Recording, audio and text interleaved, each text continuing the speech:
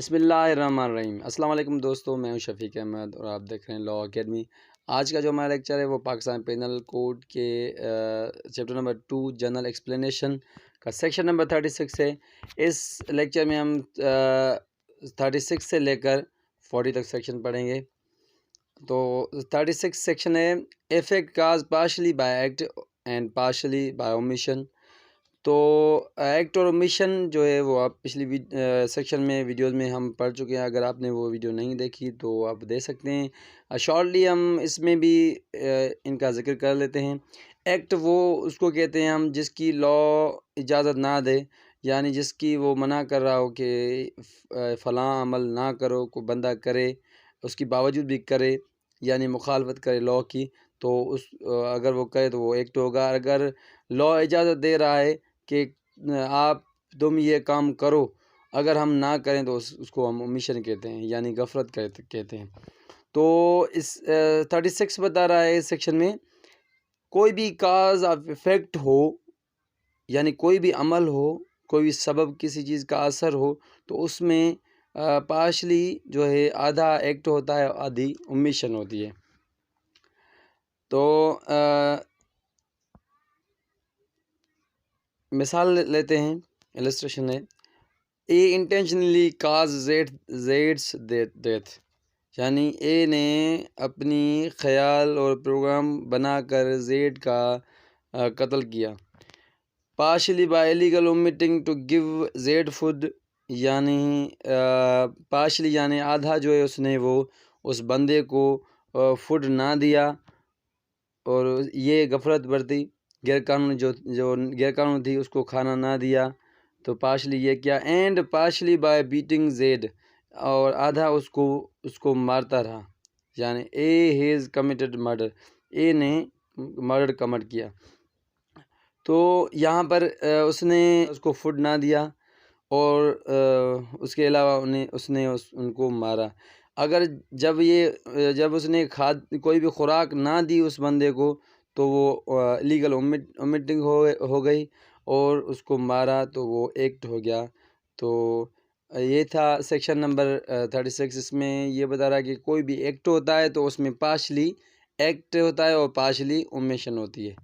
तो आगे चलते हैं, section number 37 cooperation by doing one of several acts constituting an offence, यानी कोई भी ऑफेंस में कोई भी एक्ट हो रहे हैं ऊपर, वो कोऑपरेशन से हो रहे हैं। तो आइए नीचे वो पढ़ते हैं section.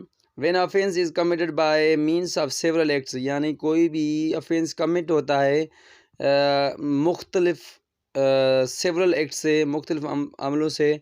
whoever intentionally cooperates in the commission of that offense, यानी कोई भी बंदे हैं वो अपने सालम दिमाग से वो अमल कोऑपरेशन से वो अमल करते हैं, वो ऑफेंस करते हैं। by doing any one of those acts either singly or jointly with any other person, यानी चाहे सिंगली हो या किसी बंदे के साथ उसकी कोऑपरेशन हो, कमिट दैट ऑफेंस, और वो अमल करते हैं। तो यानी इसका मतलब है कि जब भी कोई बंदा किसी कोऑपरेशन से या सिंगली कोई भी अमल करता है, लेकिन उसमें कोऑपरेशन किसी बंदे की होगी, तो उनको सज़ा सेम ही मिलेगी। आगे मिसाल है, इलस्ट्रेशन है, वो पढ़ते हैं। ये मिसाल पढ़ के इंशाल्लाह हमें समझ आ जाएगा कि ये इसका सेशन का मतलब क्या है। A and B agree to murder Z, यानी ए और बी ने ये मुत्तफिक हुए कि हमें जेड को मारना है। By severally and at different times giving him small doses of poison, यानी वो एग्री हो गए कि जेड को मारना है, तो severally and at different times, मुख्तलिफ टाइम में, मुख्तलिफ वक्तों में उनको ये हल्का हल्का सा डोज जो है वो जहर का देते रहे। A and B administer the poison according to the agreement with intent to murder Z, यानी उन्होंने ए और बी ने जो भी एग्री हुए थे कि थोड़ा थोड़ा तुम्हें देना है, थोड़ा थोड़ा मुझे देना है, तो उसके मुताबिक ही, एग्रीमेंट के मुताबिक ही, उसके ख़यालात के मुताबिक ही उसने जेड को मर्डर कर दिया। Z dies from the effects of several doses of poison. So यानी जो इन्होंने एडमिनिस्टर किया था पॉइजन, उस डोज के हिसाब से उसके इफ़ेक्ट से जेड मर गया। Here A and B intentionally cooperates in the commission of murder. यानी यहाँ पर ए और बी एग्री हुए थे, उन्होंने कोऑपरेशन की थी उसको मारने की। And is sorry, each of them does an act by which the death is caused। उन्होंने हर एक ने वो अमल किया जिसकी वजह से वो मर गया, जेड की डेथ हो गई। They are both guilty of offence, वो गिल्टी हैं ऑफेंस में, दो देयर एक्ट्स आर सेपरेट, चाहे वो उनका वर्क सेपरेट क्यों ना हो लेकिन वो उस खून में गिल्टी हैं। रजिस्ट्रेशन जो फर्स्ट है ये, उसका मतलब है कि अगर कोई भी बंदा या दो बंदे हों तो वो कोऑपरेशन करते हैं किसी को मारने की, चाहे वो डिफरेंट प्लेसेस पर हों और उसको लेकिन उनकी एग्रीमेंट है, कोऑपरेशन है, तो चाहे उसकी डोज पर मरा हो या ना मरा हो। फॉर एग्जांपल लेते हैं, अगर एक कहे कि लास्ट जो डोज़ है वो मैंने नहीं दिया था, बी ने दिया था, तो बी के हिसाब से वो उसकी डेथ हुई है। और एक कहेगा कि बी कहेगा नहीं, ए के हिसाब से मरा है, आखिर जो डोज था मैंने वो नहीं दिया। तो इसका मतलब ये नहीं है कि उसको कम सज़ा मिलेगी और उसको ज़्यादा नहीं। ये इन्होंने दोनों ने कोऑपरेशन किया था, यानी उन्होंने प्रोग्राम बनाया था, कत्ल आमद किया है उन्होंने, तो उनको सज़ा सेम मिलेगी। और मिसाल है, A and B are joint jailers. A और बी जो है जो जेलर हैं, ए सच है व चार्ज ऑफ जेड, यानी उनको जेड की चार्ज है, तो वो कुछ टाइम वो होता है, वो कुछ टाइम ए होता है, कुछ टाइम बी होता है। ए और बी ने इंटेंडली इंटेंशन था उनका को जेड को मारें, तो उन्होंने दोनों ने कोऑपरेशन किया और इलीगल उमिटिंग की, और ड्यूरिंग उनके टाइम उन्होंने जेड को मारा, उनको कोई भी खाना ना दिया, तो जेड की डेथ हो गई, भूख की वजह से जेड की डेथ हो गई। Both A and B are guilty of murder of Z. A और बी दोनों मर्डर जेड के मर्डर में गिल्टी हैं। यानी ए और बी ने जेलर से हैं, वो कुछ टाइम वो उसकी ड्यूटी करता है जेड के ऊपर, कुछ टाइम वो उसका ख्याल करता है, लेकिन दोनों ने कोऑपरेशन किया कि जेड को मारना है, तो उन्होंने इलीगल उमिट की, तो उसको खाना ना दिया, वो भूख की वजह से वो जेड की डेथ हो गई, तो दोनों सज़ा के हकदार हैं। आगे चलते हैं। और मिसाल है, A jailer has the charge of Z. A एक जेलर है और जेड की चार्ज उस पर है, तो ए ने जो है वो इंटेंशन किया कि जेड को मारना है, उसकी डेथ करनी है, तो उसने इलीगल उमिट करके उसको खाना कम दिया, यानी उसकी नतीजे में जेड जो है वो उसकी स्ट्रेंथ जो थी वो रिड्यूस हो गई, कम हो गई, बहुत कमज़ोर हो चुका था ये जेड जो है। तो ए जो है वो डिसमिस हो गया, वो उस ऑफिस से चला गया, तो उसकी जगह पर जेड आ गया, बी आ गया, और बी ने भी उसके कोऑपरेशन के अलावा उससे कोऑपरेशन नहीं की ए से, और बी ने भी इलीगल उमिट किया और उसने भी फूड नहीं दिया, तो जेड की डेथ हो गई।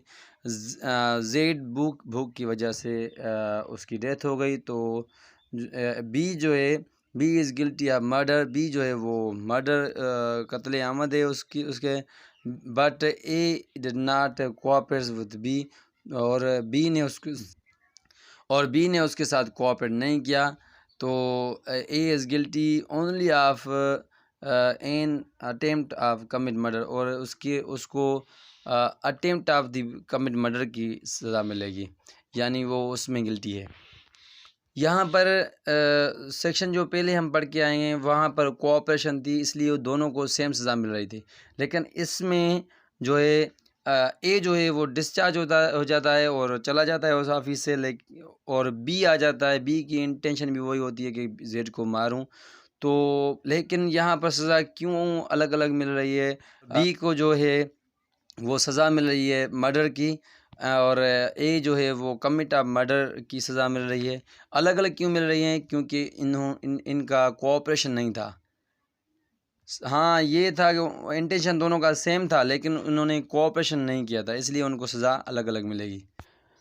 सेक्शन 38 है, persons concern criminal acts may be guilty of different offences. अगर कोई भी कोई कुछ बंदे हैं जो कंसर्न है एक क्रिमिनल एक्ट में, लेकिन वो डिफरेंट ऑफेंसेस में गिल्टी हो सकते हैं। नीचे डेफिनेशन पढ़ते हैं। Several person are engaged are concern in a commission of criminal act, they may be guilty of different offences by means of that act. उसके एक्ट के हवाले से कोई भी बंदे जो कंसर्न हैं, कोऑपरेशन नहीं है उनका, कंसर्न है सिर्फ उस ऑफेंस में, तो उनको डिफरेंट सज़ा मिल सकती है। नीचे मिसाल दी हुई है। ए ने जेड पर हमला किया और जो है ग्रेव प्रोवोकेशन के हवाले से, तो जेड तो उसकी सज़ा ये नहीं थी कि उसको मारूं, या कोई लंबी या कोई ऐसी सज़ा नहीं थी, लेकिन बी का भी इंटेंशन ही था कि उसको मारूं, उसको मारना चाहता था। कई दिन से उसको प्लानिंग थी कि कहीं भी मुझे मौका मिल जाए कि मारूं उसको जेड को। तो बी आकर उसकी मदद, एक की मदद करने के लिए नहीं पर बल्कि वो उस जेड को मार देता है। यहाँ तो इसी नौयत पे, इसी हवाले से ए जो है वो होमिसाइड का सज़ा मिलेगी उसको उसके हवाले से, और बी जो है वो गिल्टी होगा मर्डर में। यानी इसका सेक्शन का मतलब है कि इस सेक्शन का मतलब है कि जो भी बंदे कंसर्न हो लेकिन उनसे कोऑपरेशन ना हो, तो वो क्रिमिनल एक्ट उनको वो गिल्टी हो सकते हैं डिफरेंट ऑफेंसेस में। सेक्शन 39 है, वॉलंटरली, यानी अपनी मर्ज़ी से, अपनी मर्ज़ी के मुताबिक। इस सेक्शन में ये पढ़ेंगे हम कि अपनी मर्ज़ी के हिसाब से कोई बंदा कैसे काम करता है। A person is said to be cause an effect voluntarily, वो उस बंदे को, कोई भी बंदा अगर इफ़ेक्ट कर रहा है अपने हिसाब से, अपनी मर्ज़ी से, वॉलंटरली, व्हेन काज इट, जब वो होता है तो by means whereby intent to cause it, और by means which at the time of employing those means he knew had reason to believe likely to cause it, यानी उसको ये पता नहीं होता कि वो हो जाता है। इलस्ट्रेशन में मीनिंग पढ़ते हैं, मिसाल पढ़ते हैं। से इट्स ए ने सेट्स फायर, ए ने एक आग लगाई by night to an inhabited house in large town में जाकर उसने आग लगाई, तो रात के वक्त में, फॉर पर्पजिंग ऑफ फैसिलिटेटिंग रॉबरी, ताकि उसकी रॉबरी जो आसान हो सके, एंड दस cause of death of person, उसका आग लगने की वजह से यानी उसकी एक बंदे की डेथ हो जाती है। Here A may not have intent to cause death, यानी इधर ए का इंटेंशन नहीं था कि वो जेड किसी को मारे। And may even be sorry that death, वो उसकी सॉरी भी कर रहा है, मादत को भी है उस डेथ का, has been cause by his act, लेकिन वो उसकी हिसाब से हुआ। Yet if he knew that he was likely to cause death, he has cause death voluntarily, यानी उसको अगर ये पता था कि अगर उसको पता था कि यहाँ पर कोई भी बंदा है उसको मर जाएगा, तो उसने अपनी मर्ज़ी के हिसाब से उसको मारा। मिसाल है वो लेते हैं कि अगर उस बंदे को, ए को पता था कि अंदर कोई बंदा है वो मर सकता है अगर मैं आग लगाऊँ, फिर भी वो लगा ले, तो उसको वो मर जाता है। हालांकि उसकी ये नहीं थी कि उस बंदे को ही मारना है, लेकिन नहीं, उसका इंटेंशन था कि मैं यहाँ पर आग लगाऊंगा और सारे बंदे जो हैं घर के वो इधर आ जाएंगे, मसरूफ़ हो जाएंगे इसको आग को बुझाने के लिए, तो मैं आसानी से पिछले दरवाजे से चोरी करके चले जाऊँगा। वॉलंटरली के हवाले से अगर हम एक और मिसाल लें तो एक जंगल है, उसके नज़दीक एक छोटा सा गांव है और फसलें भी हैं आसपास में। उस जंगल को अनफॉर्चुनेटली एक आग लग जाती है और आग जो है वो फसल की तरफ और गांव की तरफ बढ़ती है। तो एक बंदा क्या करता है, पास में जो नदी होती है उसको तोड़ता है ताकि जंगल की आग बुझ सके और फसल की नुकसान ना करे और गांव का भी नुकसान ना करे। तो वो नदी तोड़ देता है और नदी उस आग को बुझा देती है और जो है पानी जो है फसल में चला जाता है, फसल तबाह हो जाती है। तो अब उसने रज़ाकारना इस काम किया और कि उसका वो ये इंटेंशन नहीं था कि जाकर उसको फसल तबाह करे, लेकिन उसका इंटेंशन ये था कि आग बुझ जाए और नुकसान से जो है वो लेकिन उसका इंटेंशन ये था कि आग बुझ जाए। तो और उसका इंटेंशन ये नहीं था कि फसल तबाह हो जाए। तो ये वॉलंटरली हम उसको कहेंगे जो अपनी मर्ज़ी के हिसाब से कोई काम करे। अब उसने किसी से मुशावरत नहीं की, जाकर उसको नदी को तोड़ लिया, तो यानी वो उसने ख़ुद फ़ैसला लिया पर रज़ाकारना किया। उसका इंटेंशन ये नहीं था कि वो फसल तबाह हो जाए, उसका इंटेंशन ये था कि फसल भी बच जाए और गाँव भी बच जाए आग से। तो इसी हवाले से जब भी कोई अपनी आप फ़ैसला करेगा तो हम उसको वॉलंटरली कहेंगे। आगे चलते हैं, सेक्शन 40 है ऑफेंस। ऑफेंस सिंपल सी मीनिंग है। ऑफेंस हम उसको कहेंगे जब भी कोई जहाँ भी जिस सेक्शन में भी पनिश होगा तो उसको होगा तो वो ऑफेंस किए बिना कोई भी पनिश नहीं होती। जिसमें पनिश है तो उसमें हम जो है वो ऑफेंस कहेंगे। यहाँ नीचे सेक्शन दिए गए हैं, काफ़ी सेक्शन दिए गए हैं और चाहे वो ये कोड हो पाकिस्तान पेनल कोड हो या कोई और स्पेशल लॉ या लोकल लॉ हो, लेकिन जहाँ पर भी सज़ा मिले तो हम उनको ऑफेंस कहेंगे। अगर मेरा वीडियो आपको समझ आ गया है तो प्लीज़ अपने दोस्तों के साथ शेयर करें और मेरा वीडियो को लाइक करें और मेरे चैनल को सब्सक्राइब करें। मिलते हैं नेक्स्ट वीडियो में। अल्लाह हाफिज़।